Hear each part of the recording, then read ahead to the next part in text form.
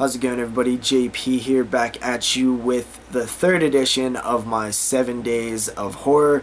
This time we are talking Stephen King adaptations. We just did 3 miniseries in a row, very long miniseries. So now we're going to tone down the time a bit and watch a 90-minute horror film. This is actually a TV movie, which I was surprised to learn after I watched it. I didn't know going into it. We're talking day 4. We're talking Quicksilver Highway.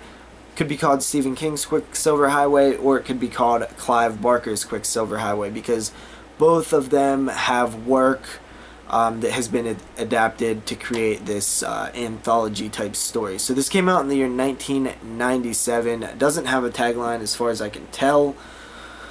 It's a TV movie. I'm not sure what network it was made for, but it's kind of odd to me that I've not seen this and I've not really heard of it, and it was out in 1997, which it seems like it's been out long enough to where I would have ran across it on TV or something.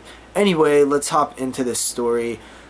We have 2 stories, and it's kind of emceed by Christopher Lloyd. He's basically Quicksilver Highway's Crypt Keeper, you know. Obviously, he's not like the Crypt Keeper in any other way than he's just emceeing the stories. So the first story, we have a bride, and she's stuck on a highway. She runs into Christopher Lloyd, a very you know, eccentric Christopher Lloyd, and he basically decides to tell her a story, and the story is called Chattering Teeth.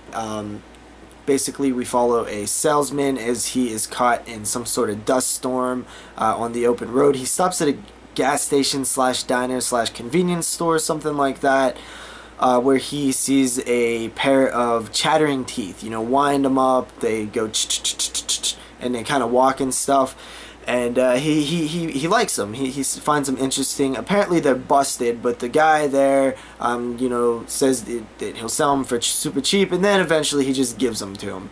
So he takes them.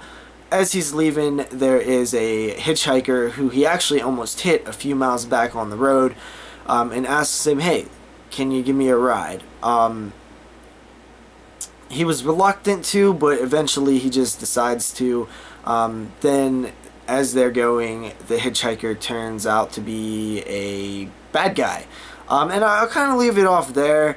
This one was kind of really ridiculous, and I think the concept was good, except for the mechanism in which the whole story is surrounded around, which is kind of those chattering teeth. It's kind of hard to make that seem believable and not so just silly. So that was kind of, I think that if they would have had a different mechanism, I liked the setup, I liked everything about it, except for just it was a little too silly.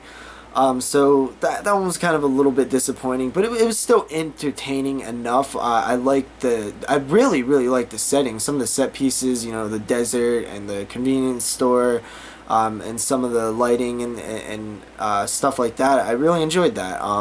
Just the whole vibe of them driving down the road. I love road horror, so it was kind of just like that. Then we go back to Christopher Lloyd. You know, he has a discussion with the bride after telling her the story. You know, morally, was it a moral tale? What was it? I don't get the point of your story. I thought there was some good dialogue exchanges right there, especially from Christopher Lloyd. And then it cuts to a carnival where we see a pickpocketer go into this tent in, you know, the carnival or fair or whatever you want to call it. In there, Christopher Lloyd has a bunch of, you know, guillotines and